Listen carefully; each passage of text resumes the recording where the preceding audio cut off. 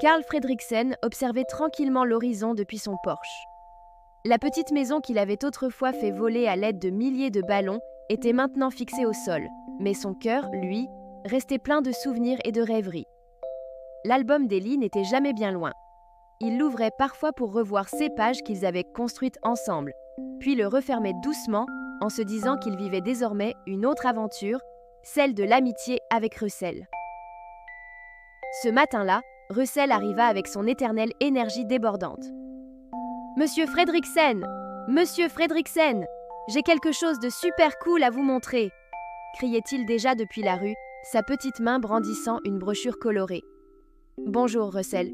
Qu'est-ce que tu veux encore ?» répondit Carl avec un sourire à peine perceptible, mais bien réel. Russell monta les marches en trombe et s'arrêta devant Carl, essoufflé. « J'ai trouvé un nouveau sanctuaire naturel. Ils disent que c'est un endroit unique au monde, avec des espèces qu'on ne trouve nulle part ailleurs. Je me suis dit que vous aimeriez le visiter. On pourrait y aller tous ensemble. » Carl, sceptique, prit la brochure et la feuilleta.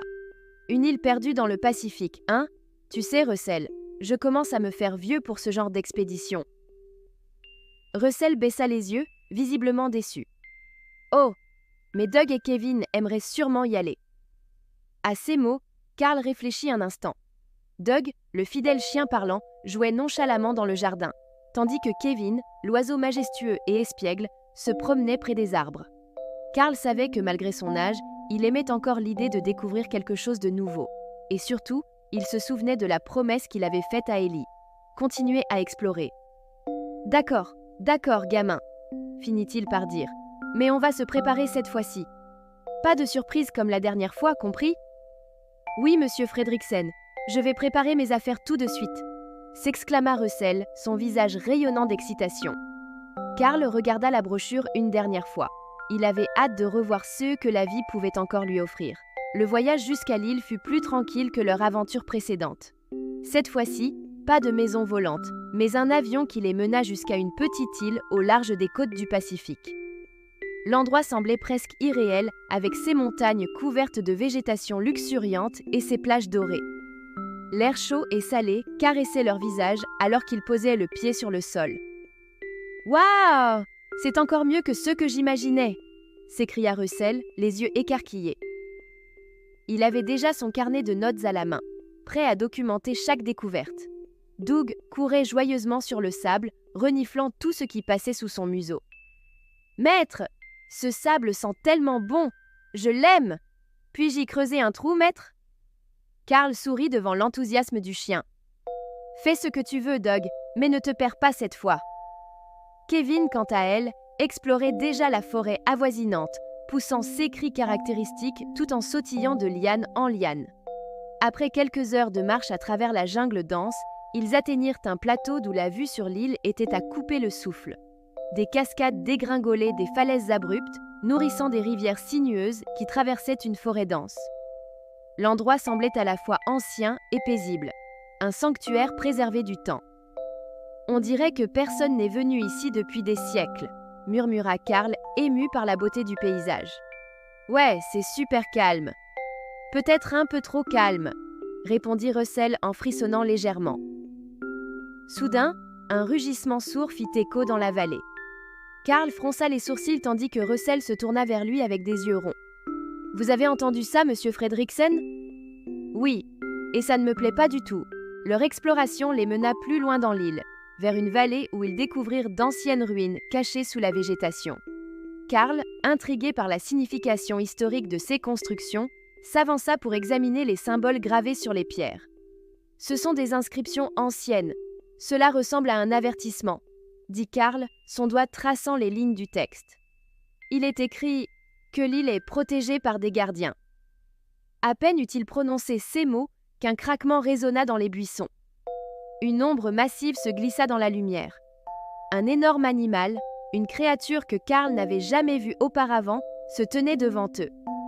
Avec des yeux perçants et des griffes acérées, il semblait à la fois imposant et majestueux. Doug aboya joyeusement. « Salut, tu veux jouer avec moi ?»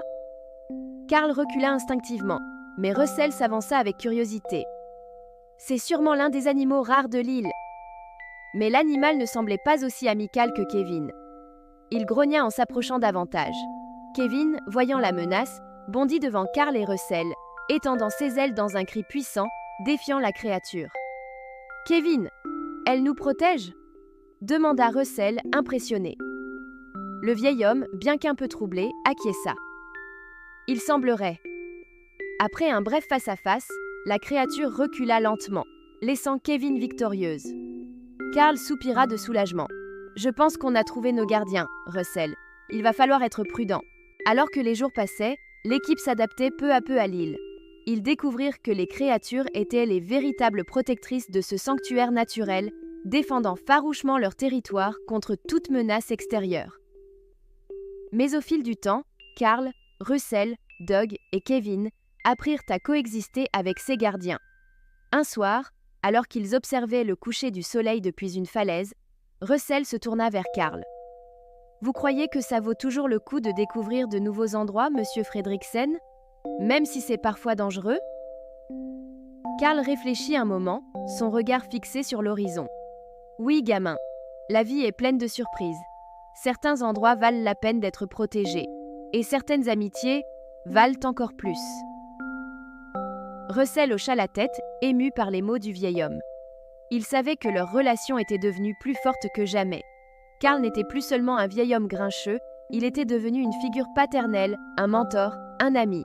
À la fin de leur séjour sur l'île, Karl se retrouva une fois de plus devant un choix difficile. Ils avaient découvert un véritable trésor naturel, mais ils savaient aussi que d'autres, moins respectueux, pourraient venir perturber cet équilibre fragile. Devaient-ils révéler l'existence de l'île ou la garder secrète pour la protéger ? « Que pensez-vous, monsieur Fredriksen » demanda Russell, perplexe. Karl regarda l'île une dernière fois, ses yeux s'attardant sur les cascades, les montagnes et les créatures qui y vivaient. Il repensa à Ellie, à leurs rêves d'exploration et à ce qu'elle aurait voulu. « Je pense que certaines choses doivent rester comme elles sont, Russell. Cette île, c'est comme un souvenir. Et certains souvenirs doivent rester intacts pour qu'on puisse toujours s'en souvenir avec tendresse. » Russell sourit, comprenant la profondeur des paroles de Karl. Le voyage du retour fut silencieux, mais empreint de satisfaction. Karl, Russell, Doug et Kevin avaient vécu une aventure inoubliable, renforçant encore davantage les liens qui les unissaient. De retour chez eux, Karl ouvrit une nouvelle page dans l'album de souvenirs, y ajoutant des photos et des croquis de l'île. Et cette fois, il laissa une page vierge pour la prochaine aventure, celle qui l'attendait encore.